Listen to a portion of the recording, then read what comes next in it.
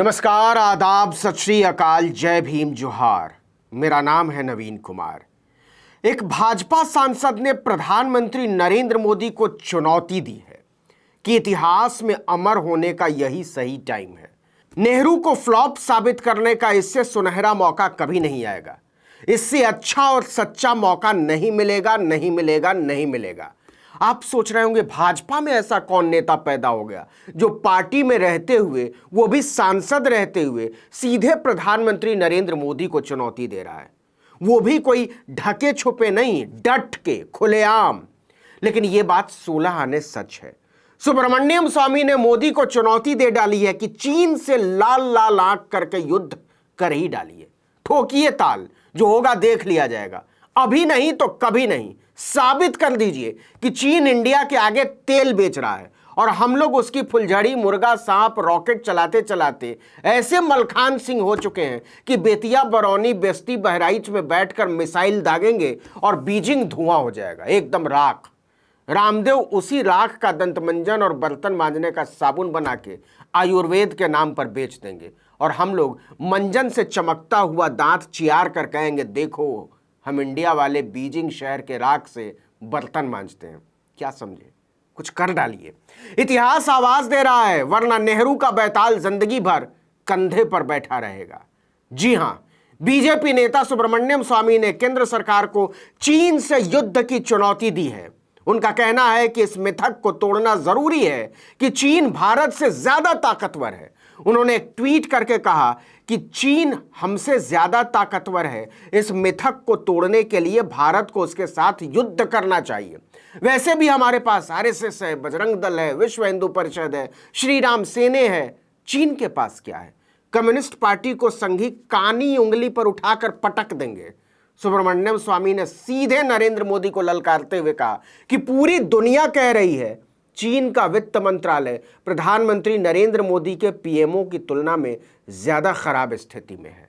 निर्मला सीतारमण ने सहारनपुर को स्विट्जरलैंड, कानपुर को कोपेनहेगन, इंदौर को एम्स्टर्डम और पटना को पेरिस, नहीं, पटना तो होते होते रह गया।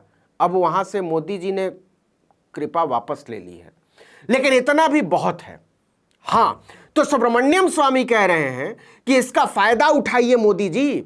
हम सब लोगों को यकीन है कि चीन की आर्थिक स्थिति भारत की तुलना में ज्यादा खराब है। लाल लाल आंखों की लाली देश पर लुटाने का यह गोल्डन नहीं, प्लेटिनम चांस है। भारत माता की रक्षा का यही सही समय है। अक्षा कहते भी हैं कि वीर भोग्या वसुंधरा। सुब्रमण्यम स्वामी के इशारे को समझिए। संघियों को कहिए लद्दाख पहुंच जाएं, बजरंगियों को कहिए अरुणाचल कूच करें और बाकियों को कहिए सीधे बीजिंग पर कब्जे की तैयारी करें। इससे पहले रुकना ही नहीं है। सुब्रमण्यम स्वामी ने एक और ट्वीट में लिखा कि बजरंगी अखबार द पायनियर के फ्रंट पेज पर खबर छपी है कि चीनी सेना पीएलए ने लद्दाखी चरवाहों को भारतीय भूमि पर जानवरों को चराने से रोक दिया। उन्होंने पीएम मोदी से सवाल किया कि क्या अब भी आप यही दिखावा करेंगे कि कोई नहीं आया है? स्वामी ने मजा लेते हुए कहा कि क्या पीएम किसी मजबूरी में है जिसे देश भी जानना चाहता है। उन्होंने यह भी सलाह दी कि चीन की गुस्ताखियों के जवाब में हमें उसके साथ राजनयिक संबंधों को तोड़ देना चाहिए, पाकिस्तान की तरह। आपको बता दें कि अरुणाचल प्रदेश के बॉर्डर एरिया के पास एक बार फिर से चीनी सेना की गतिविधि देखी गई है।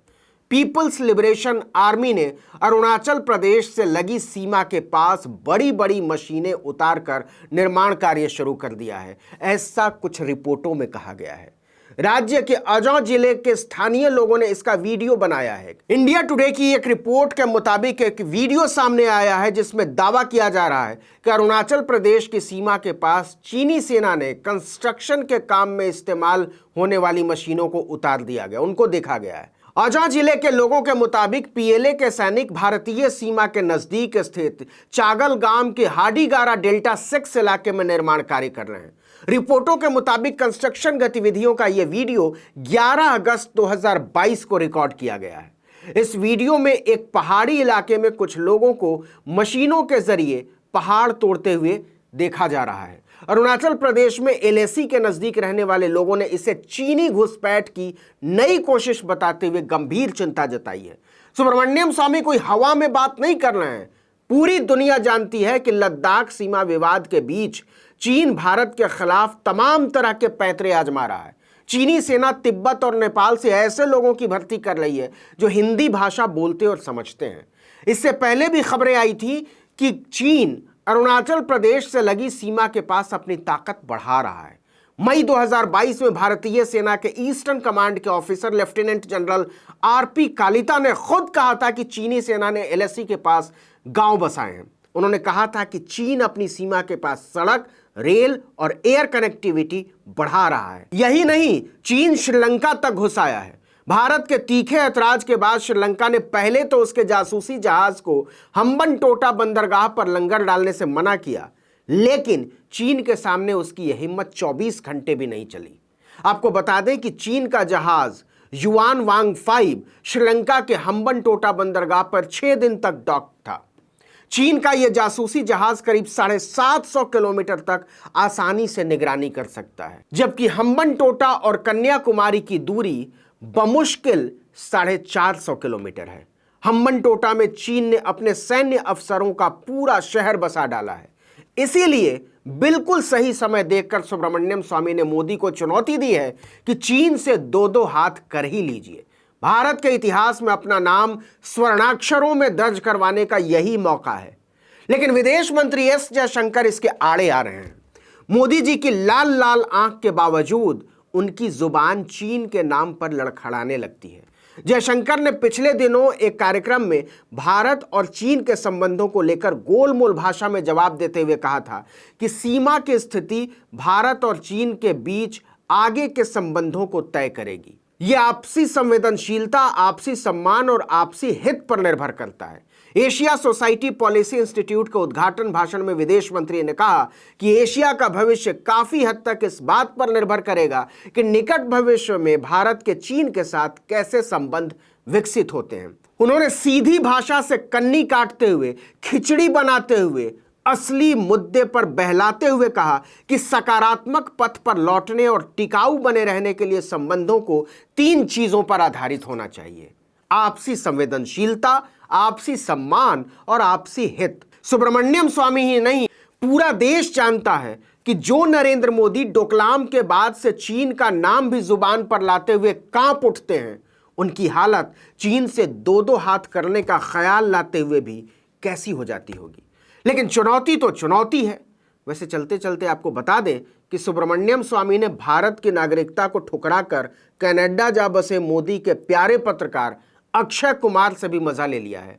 उन्होंने उनकी आने वाली फिल्म राम सेतु की पूरी टीम को तथ्यों के साथ छेड़छाड़ करने के लिए लीगल नोटिस भेज दिया है। इस नोटिस में अक्षय कुमार, जैकलिन फर्नांडीज और नुसरत भरूचा समेत कुल 8 लोगों पर इंटेलेक्चुअल प्रॉपर्टी राइट्स के उल्लंघन का आरोप लगाया है। ये वाला मुकदमा बहुत खराब होता है। सुब्रमण्यम स्वामी भी ना हद करते हैं। पता नहीं अब वो आम चूस कर खाएंगे या काट कर। इस वीडियो में इतना ही, लेकिन अगर आपने आर्टिकल 19 इंडिया को अब तक सब्सक्राइब नहीं किया तो फौरन कर दीजिए। बेल आइकॉन दबाइए, घंटी जैसी आकृति, लाइक कीजिए और कमेंट करके बताइए हमारा वीडियो आपको कैसा लगा। अगर यूट्यूब पर देख रहे हैं तो हमारे चैनल को सब्सक्राइब कर दीजिए, फेसबुक पर देख रहे हैं तो हमारे पेज को लाइक कर लीजिए और इंस्टाग्राम पर हमें फॉलो कर लीजिए। हमारा ट्विटर हैंडल है article19_India। नमस्कार।